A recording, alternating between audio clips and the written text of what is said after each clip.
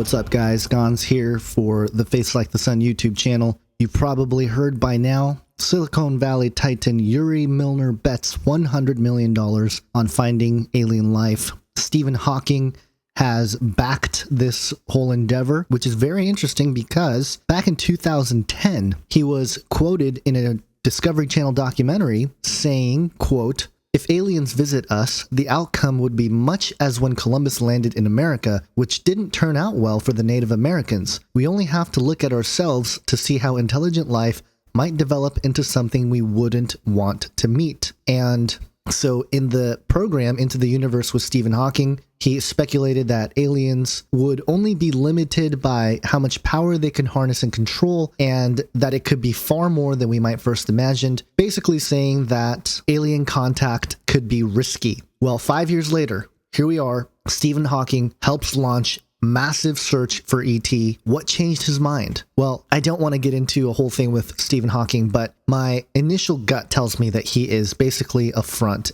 someone who is paid to say things in the public because of his status. No one's going to question Stephen Hawking because, you know, he's a respected scientist. He's probably one of the most well-known scientists. Perhaps he is being used as a propaganda mouthpiece, because why would his stance change on this? Well, I mean, I guess new information. But with something like this, where there's, you know, sort of a philosophy behind what Stephen Hawking was talking about 5 years ago, it's interesting that it shifted. Perhaps it's just this idea that we should be on the offensive. We should be the ones discovering the alien life, not the other way around, because if it's the other way around, you know, we can end up like the Native Americans. Well, in any case, this is a very interesting development because I believe that it is all a setup for the Great Deception. And if you guys don't know what the Great Deception is, it was something that's, I guess it was coined by L.A. Marzulli. He claims that it was anyway. We don't know that for sure, although people like I.D.E. Thomas in his book, The Omega Conspiracy, talked about it.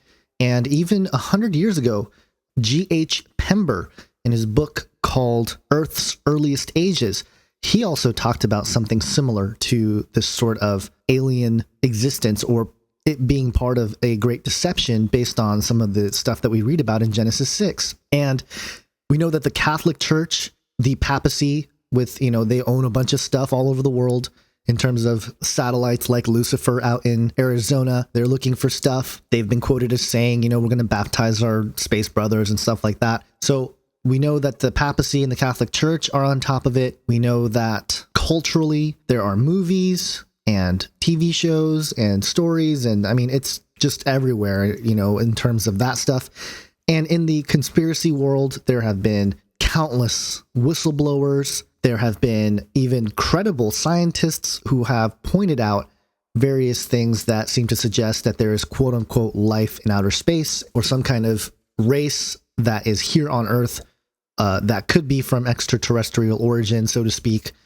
So all of that has been part of this subculture of researchers, conspiracy theorists, truthers, all of that stuff. And I think for the Christian truther, you know, for me personally, that was a really big topic of how I got into all this. I had questions, you know, I mean, I grew up watching as a kid. I was probably a little too young to see it, but I saw the movie A Fire in the Sky and E.T., you know, by Steven Spielberg. Those are things that I watched growing up. So obviously, naturally, I had questions about ETs, aliens, extraterrestrials, all that kind of stuff. And part of my testimony is, you know, after I was saved, this is like literally not even a year into being saved, I started asking questions to people at my church, elders, leaders, pastors, and they just brushed me off. They said, you know, if you're not being abducted, don't even worry about it. So I naturally sought answers on YouTube.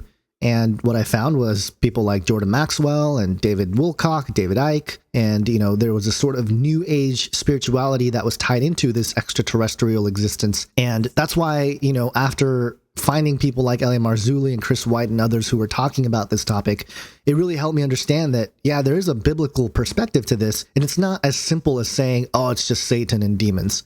I do think that's a starting point for, you know, perhaps the person who is new to this kind of stuff to understand that. But I think if you look at Genesis 6, there is a clear indication that there were these entities, these sons of God, which basically in my other video about the sons of God, I pretty much show that that just means a direct creation of God, which we are when we are born again. We are direct creations of God. And so that's why we are also called sons of God in the New Testament. But I think in Genesis 6, it has a different paradigm. And I'm not here to debate that topic in this video. And I know some of you are going to disagree with that. That's fine. You know, there's other places to have that debate, but it doesn't matter because it isolates sons of God, daughters of men. Okay.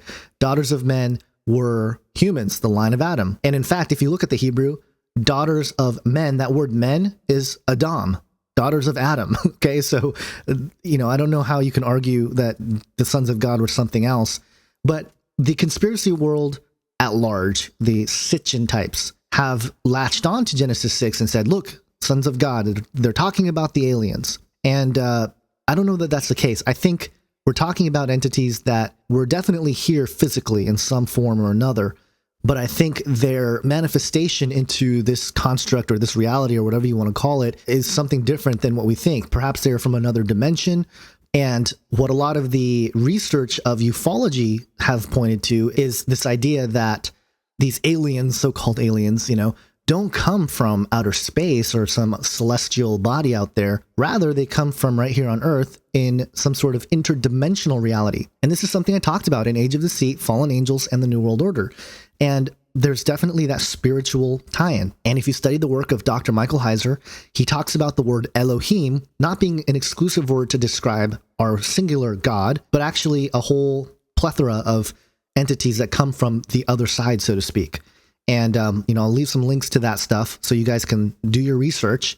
Don't just believe me, go do the research yourself and come to your own conclusions. But in terms of what this means, I think as part of the Great Deception is that $100 million, you know, invested into searching extraterrestrial life and Stephen Hawking being behind it and everything, I do think that they are getting ready to announce certain things, and it can be part of the Great Deception that we've been talking about for a long time. But the deception is going to be stronger. It's not just going to be governments saying, oh, you know, we found aliens, or, you know, something like that. I don't think it's going to be to that level.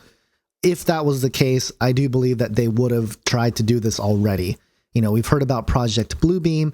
You know, I didn't report on it, but I know a lot of you guys sent me links to the laser of a green horseman that was flashed onto the clouds last week.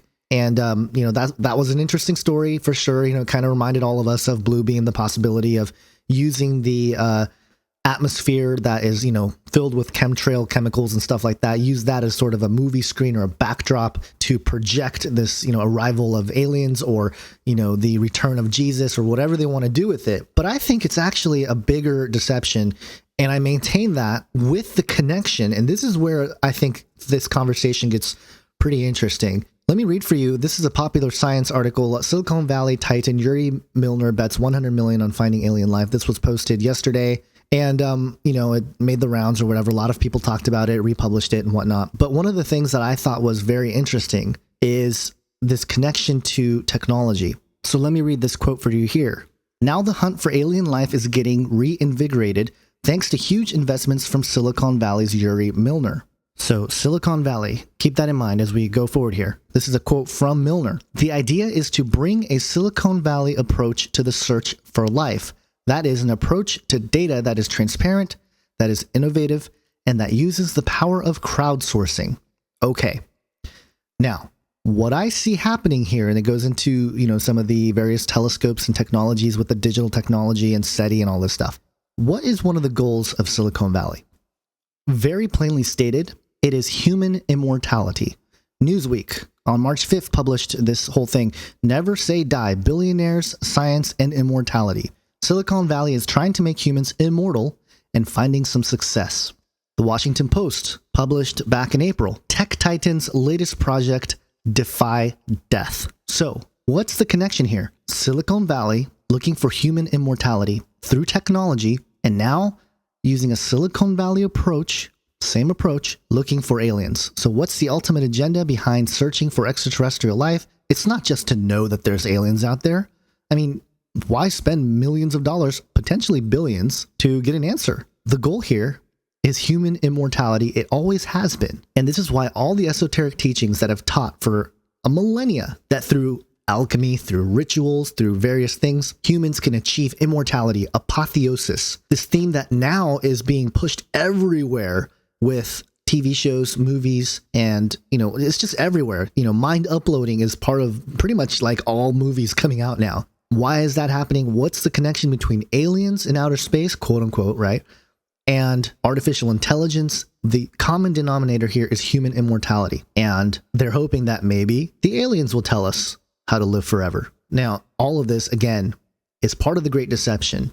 And, I know there's different opinions of whether we're going to be here or not. I personally think at this point of the fifth trumpet, we will be raptured by this point. But it says that in Revelation 9:6, and in those days, people will seek death and not find it. They will long to die, but death will flee from them. And if this is after the resurrection of the saints and, the whole rapture thing, just for the record, I don't believe in a pre-tribulation rapture. I lean towards a pre-wrath rapture. I do believe that biblically the pre-wrath is the most sound argument, although I can change on that. Really, I'm not going to die on a hill for any rapture position. And again, that's a whole nother conversation. But sticking to this, I think there's something to this idea of seeking death, not finding it. And what's very bizarre and interesting is the verse right after Revelation 9:6, which is 9:7. It says, in appearance, the locusts were like horses prepared for battle. On their heads was what looked like crowns of gold. Their faces were like human faces. If you keep reading, verse 8, they had hair like the hair of a woman, and their teeth were like the teeth of lions. And I'm just going to keep reading here because it's the most bizarre description. They had breastplates like breastplates of iron, and the noise of their wings was like the noise of many chariots and horses rushing into battle. And let's continue. They have tails and stings like scorpions, and their power to hurt people for 5 months is in their tails. And they have as king over them the angel of the bottomless pit. His name in Hebrew is Abaddon, and in Greek, he is Apollyon. And again, this is the fifth trumpet as described in Revelation 9. And boy, does that not sound like some sort of weird hybrid creature? Based on the work of Anthony Patch and, just all these things, we're speculating here. We don't know exactly how things are going to play out. But to me, that description right there of these beings that are out here, torturing humans and they're not able to die, I believe that they will be some sort of crazy hybrid beings that are inhabited by demons of some kind. And to the world, they may present themselves as some sort of extraterrestrial race. They have human-like faces, but their bodies are all weird and crazy, and they have tails, and it's just bizarre. And so there's definitely a biblical precedence to this. And the reason why I think this has some sort of connection with the UFO ET thing is because you look at Joel 2 and the Joel 2 army, and specifically Joel 2:5, it talks about in the rumblings of chariots, right? They're talking about the noise of chariots. They leap on the tops of mountains like the crackling of a flame of fire devouring the stubble, like a powerful army drawn up for battle. They're leaping from tops of mountains. That sounds to me like similar ideas to UFOs that we hear about, these fast-moving vehicles and, they're rumbling chariots. Gosh, I don't know how things are going to turn out, guys, but I really feel like this sort of announcement is just another step. It's a big step, but another step in the Great Deception to get the people on Earth to accept this idea of entities from elsewhere. And what's interesting is that science is going to, quote unquote, find them in outer space, right? Whereas I think technology and artificial intelligence, they may find it in a quote unquote digital space. Either way, they're looking for the gods, quote unquote, and they're searching for that key to unlock immortality. That's the goal. That's been the goal. And I do believe that that is the case. And all the propaganda that we see all around us is leading towards that end. And, it's really funny because God already gave us a means to immortality, and it's through the shed blood of Jesus Christ. And people get really upset because, oh, it was such a good video until you mentioned the Bible and all this stuff. But it's true, guys. Seriously, Jesus Christ is the way, the truth, and the life. And Jesus warns us from the beginning of his Olivet Discourse. The first thing he says when the disciples ask him, tell us when these things are, when the sign of your coming is, when the end of the age is. The first thing Jesus says, and I'll read it in the King James. And Jesus answered and said to them, take heed that no man deceive you. No man deceive you. Man is going to try to deceive you. And I do think that this is part of the deception. For many shall come in my name, saying, I am Christ, and shall deceive many. See, this is interesting. Man will try to deceive, saying that they are Christ. Now, this lends to the idea of the whole Project Bluebeam thing, like, hey, maybe it's just men posing as the aliens, posing as the Messiah. And that's certainly possible. But then all this other crazy stuff in the Bible suggests that there is definitely a extra-dimensional or interdimensional demonic manifestation that is part of all this. And I think this $1 million prize, or whatever it is, to search for extraterrestrial intelligence is just another step in that direction. So there's a lot of things to consider here. There's a lot of research from grounded Christians talking about this topic, and I recommend you do your own research and come to your own conclusions about this. But I do want to bring this to the table because there's a lot of people that are excited about it. They're still, watching Ancient Aliens and whatnot. And I appreciate all the support you guys have given me, as well as people who, seem to disagree. That's fine. I really appreciate and understand that, you may disagree with me on certain points. The degree of disagreement can vary. But I do want to go ahead and let you guys post your comments because, that's what it's about. It's about stirring conversation. It does breed some trolling, if you will, and a lot of opinions get thrown out there. This is the internet. It's wild, wild west. People just say their thing and run away. But it's important for us to talk about this, especially Christians, because, man, the majority of the church, I don't know what they're doing. Okay, they're not going to talk about this stuff. They're just going to let this stuff sort of pass by. Oh, it's just stuff, but they're not prepared for what's coming. And that's why I do what I do here. That's why you watch these videos. That's why you share them and stuff like that. It's to inform. It's to wake people up to stuff, especially believers. So there you go, another ramble for you today. Hope you guys have a wonderful day. God bless.